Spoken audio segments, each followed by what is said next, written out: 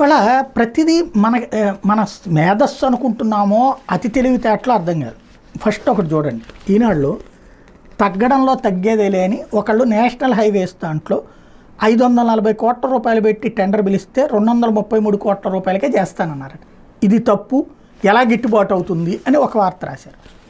అదే సందర్భంలో అమరావతిలో అండర్ గ్రౌండ్ దందా అంటూ ఆంధ్రజ్యోతి ఇంకొక వార్త రాసింది. ఇక్కడ ఏంటంటే భూగర్భ విద్యుత్ లైన్కి హై టెండర్లు పిలిచారు, ప్రభుత్వానికి 157 కోట్లు నష్టం వస్తుంది, ఇటీవల అత్యధిక ధరలకు టెండర్లు దక్కినాయి, కూటమి ప్రభుత్వానికి తెలియకుండా మాయ చేశారు, జగన్ హయాంలోని అధికారులు కుట్ర చేశారు, తెలంగాణ ధరల కంటే చాలా ఎక్కువ ధరలతో చేశారు, ట్రాన్స్కో తీరు మీద సిఆర్డీఏకి పక్కా సమాచారం ఉంది, ప్రభుత్వం దృష్టికి తీసుకెళ్లాలని నిర్ణయించింది. అసలు విషయం ఏంటంటే ఈ టెండర్ కుదుర్చుకుంది ఎవరయ్యా అంటే ఏపీకి సంబంధించినటువంటి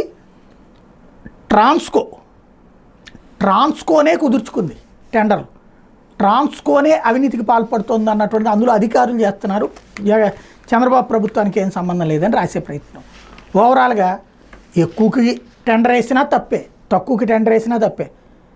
మనం బాధ్యత మర్చిపోయి ఏది ఎలా ఉండాలో డిసైడ్ చేసుకోవడం, లేదంటే ఒక టెండర్ని నాశనం చేయడానికి, మనకు రాకపోతే నాశనం చేయడానికి ఈ పేపర్లకు కనుక మనం డబ్బులు ఇవ్వడమో లేదా ఈ పేపర్ వాళ్ళతో మనం ఏదైనా చెప్తే వాళ్ళు మనకు అనుగుణంగా అవతల వాళ్ళకి వ్యతిరేకంగా ఎట్లా రాయాలో రాసి చూపెడుతున్నట్టు కనబడుతుంది చూస్తుంటే.